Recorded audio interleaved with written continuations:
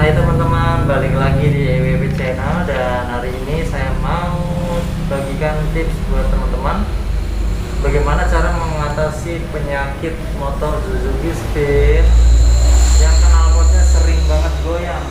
Oke, sering banget goyang, patah dan ya pokoknya sekitaran knalpot lah ya yang teman-teman banyak alami.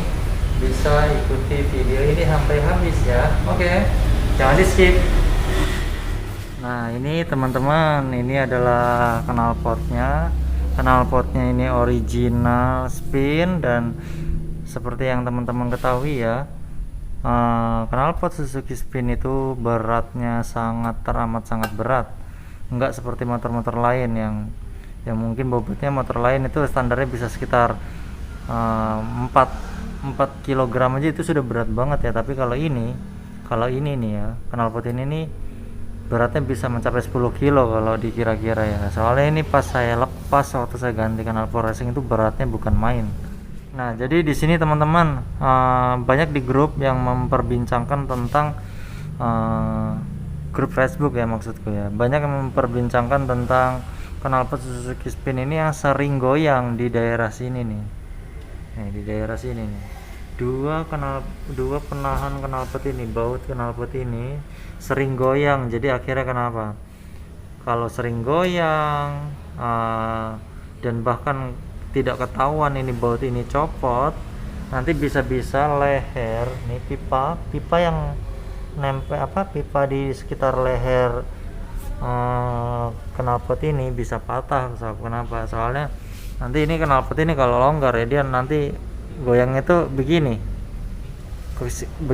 dia goyang begini ya, bukan begini ya, dia akan begini, otomatis yang kena nanti kepalanya, nanti yang patah kepalanya, leheran sekitar pipa sekitar leher kepala knalpot. Jadi gimana cara mengatasinya? Yang pertama itu mudah banget sob. Di sini teman-teman bisa pakai baut L yang untuk yang di bawah ya. Untuk yang di bawah ini saya pakai baut L, dan baut L ini bukan baut bukan baut besi ya, dia baut baja gitu. Jadi otomatis ini baut ini sangat kuat. Nah, yang paling sering dan yang harus teman-teman perhatikan adalah baut atas, karena baut atas inilah yang selalu bolak-balik copot seperti itu ya.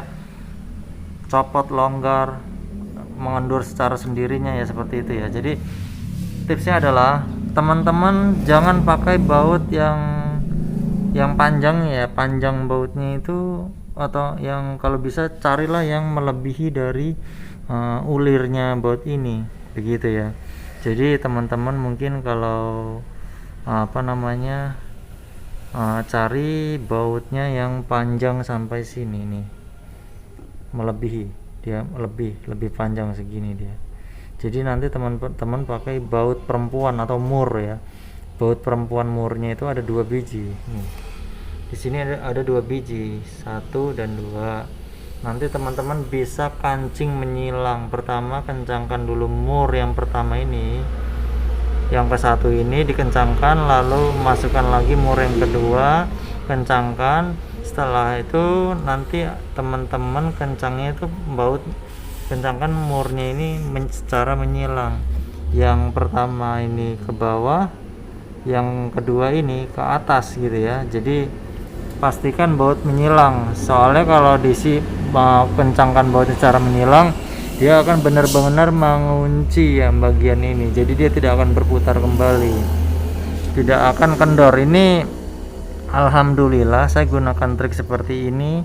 Motor ini nggak pernah saya nggak pernah khawatir lagi nih motor baut ininya copot gitu ya, karena emang kenceng banget ya, dikencangkan secara menyilang itu hasilnya kenceng banget, dia tidak akan longgar. Lalu kenapa saya pilih baut yang lebih panjang dari seharusnya sampai dia tembus ke sini sob nih, sampai tembus ke sini? Itu yang pertama adalah mencegah supaya jangan sampai kalau bautnya patah kita tidak perlu bor lagi nih, kita tidak perlu bor lagi nih tempatnya ini, tempat besi ini nih. Sayang ya kalau bolak-balik bor, nanti lama-lama lubangnya gede pakai baut besar, jadi sayang. Nah, kemarin ini saya pernah patah ya, ini gara-gara Nah, kenapa ya waktu itu ya? Patah di dalam, jadi akhirnya mau nggak mau saya bor.